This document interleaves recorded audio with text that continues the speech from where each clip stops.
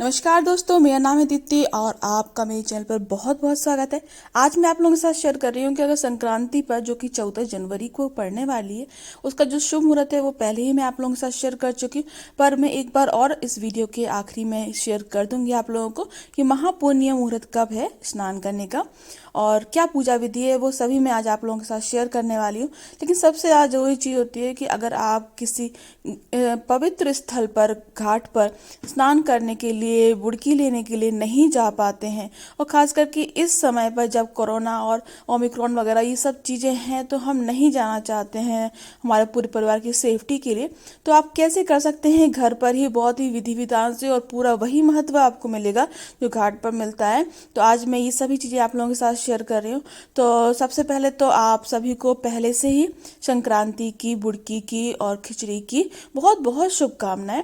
तो ये जो हमारी संक्रांति होती है वो सूर्य नारायण भगवान की पूरी पूजा के ऊपर ही टिकी हुई होती है। आप सूर्य नारायण भगवान को ध्यान में रखकर ये पूजा करें, स्नान आदि करें, पुण्य मुहूर्त में करें, महापुण्य मुहूर्त में कर सकते हैं।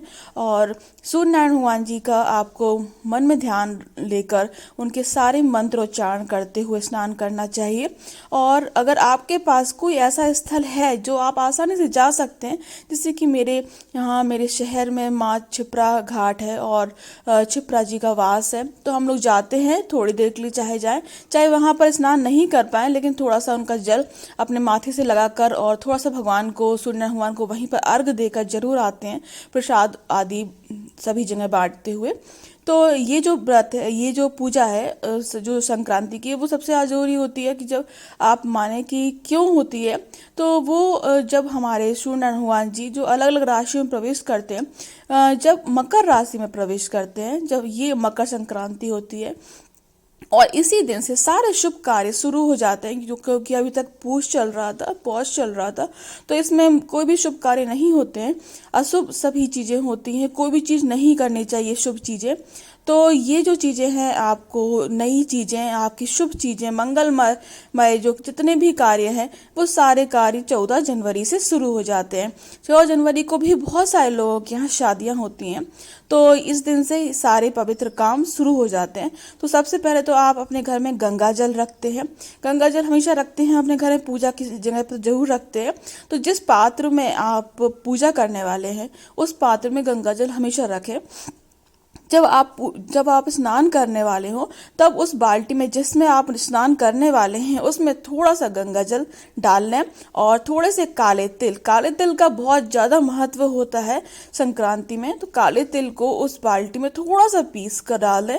आप पूरे अपने शरीर पर भी लगा सकते हैं, नहीं लगा सकते हैं, अगर नहीं लगा पा रहे हैं तो बाल्टी में जरूर दो उसके दाने जरूर डाल दें, और फिर आप अच्छी तरीके से नहाएं। इस दिन साबुन का, शैम्पू का यूज़ ना करें, ज़्यादा हो सके तो बिल्कुल भी ना करें। सिर्फ आपको संक्रांति के दिन तिल से और गंगा जल के पानी से ही नहाना चाहिए। आप सिर से डुबकी लगा लें घर पर ही, और गंगा माँ का आप मंत्र उच्चारण कर सकते हैं, उनको याद कर सकते हैं उसी समय। और उसकी जो पूजा है वो अति विधि विधान से आप कर सकते हैं घर पर ही, बिना कोई चीज़ के कि बाहर जाना पड़ेगा। इस दिन सबसे ज़्यादा महत्व होता है दान का।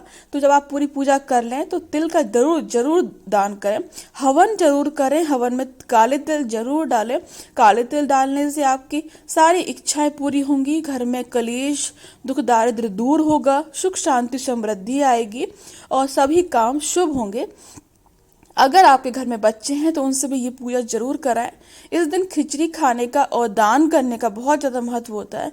तो जो मूंग की दाल होती है और उड़द की दाल होती है, इससे आपका जो शनि होता है, खास करके उड़द की दाल, काली वाली दाल जो होती है, उससे शनि से मुक्ति मिलती है, शनि दोष से मुक्ति मिलती है, ये कम होता है।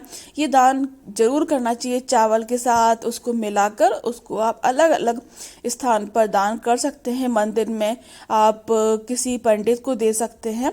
और इस दिन अगर आपकी राशि पर कोई भी ऐसा अनाज है जो कि आपको दान करना चाहिए, तो आपको जरूर करना चाहिए।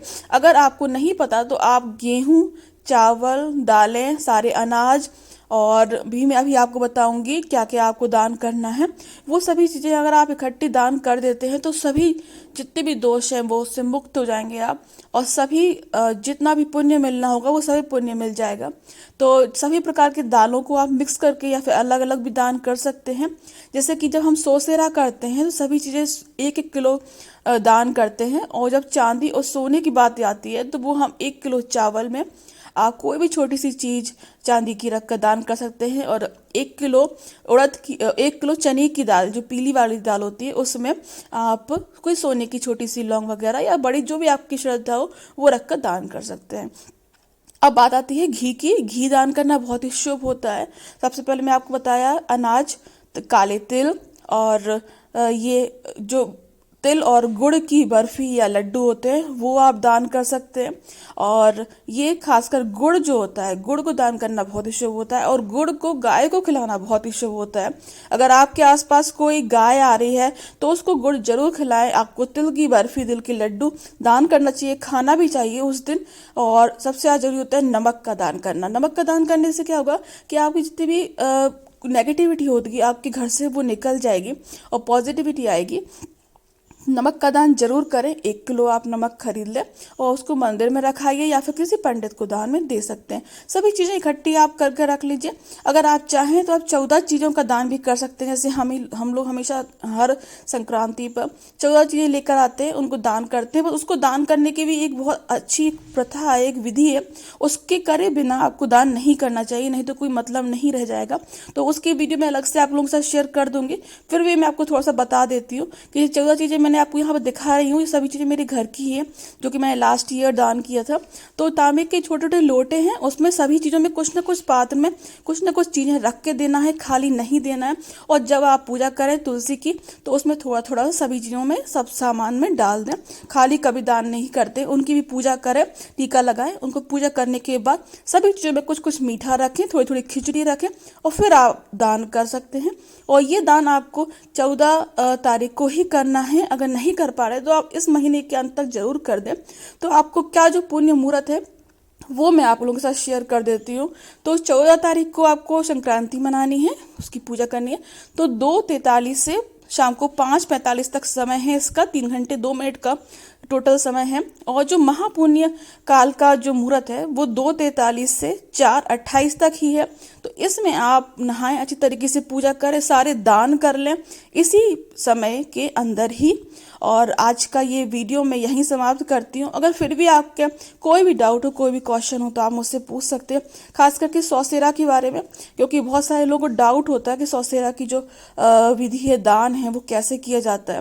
और इस दिन नए कपड़े पहने जाते हैं, पीले वस्त्र पहने जाते हैं, क्योंकि वो ये जो पूजा होती है वो सूर्यनारायण भगवान को मन में ध्यान में रख के पूजा होती है। तो आप सूर्यनारायण भगवान जी का कोई भी मंत्र आपको पता हो, ओम सूर्याय नमः तो सभी को पता है, ये आप कर सकते हैं। आदित्य नारायण स्तोत्र है, आदित्य हृदय स्तोत्र है, वो आप घर में रखे हों तो उसका भी पाठ करें। उस दिन बहुत ज़्यादा शुभ होता है। तो इस दिन आप जितना हो सके खिचड़ी का दान करें, खिचड़ी खाएं। और बिना प्याज लहसुन की बनाते हैं इस दिन, जिससे कि भगवान का भोग भी लग जाता है। और जितना हो सके तिल गुड़ दान करना चाहिए, खाना चाहिए, अपने बच्चों को भी देना चाहिए। हवन जरूर करना चाहिए। हवन करने से बहुत ज़्यादा महत्व मिलता है, पूरा फल मिलता है हवन करने से। उसमें भी तिल गुड़ जरूर छिड़के और बाद में पानी से आचमन कर दें। ये देखिए हमारे यहाँ का छिपरा घाट है, आप भी दर्शन कर लीजिए। तो उज्जैन का ये छिपरा घाट है और यहाँ पर हम लोग जरूर जाते हैं अर्घ देने के लिए। और ऐसे ही हम लोग अपनी पूरी पूजा करते हैं। इस दिन पतंग उड़ाने का भी बहुत ज़्यादा महत्व होता है। तो आज का ये वीडियो मैं यहीं समाप्त करती हूँ। ज़्यादा से ज़्यादा इस वीडियो को जरूर शेयर कीजिए जिससे सभी को इस बात की नॉलेज मिले। और कोई भी आपके मन में डाउट हो तो आप मुझसे पूछ सकते हैं। इस दिन अपने घर की मंदिर की भी पूजा आपको बहुत अच्छी तरीके से सफाई करके पूजा करना चाहिए, क्योंकि एक तरीके से नया साल शुरू होता है। इस दिन सारे शुभ कार्य शुरू हो जाते हैं, जितने भी आपके कोई भी कार्य रुके हुए हैं वो सारे कार्य शुरू हो जाते हैं। तो आज का ये वीडियो मैं यहीं समाप्त करती हूँ। आपका बहुत बहुत धन्यवाद।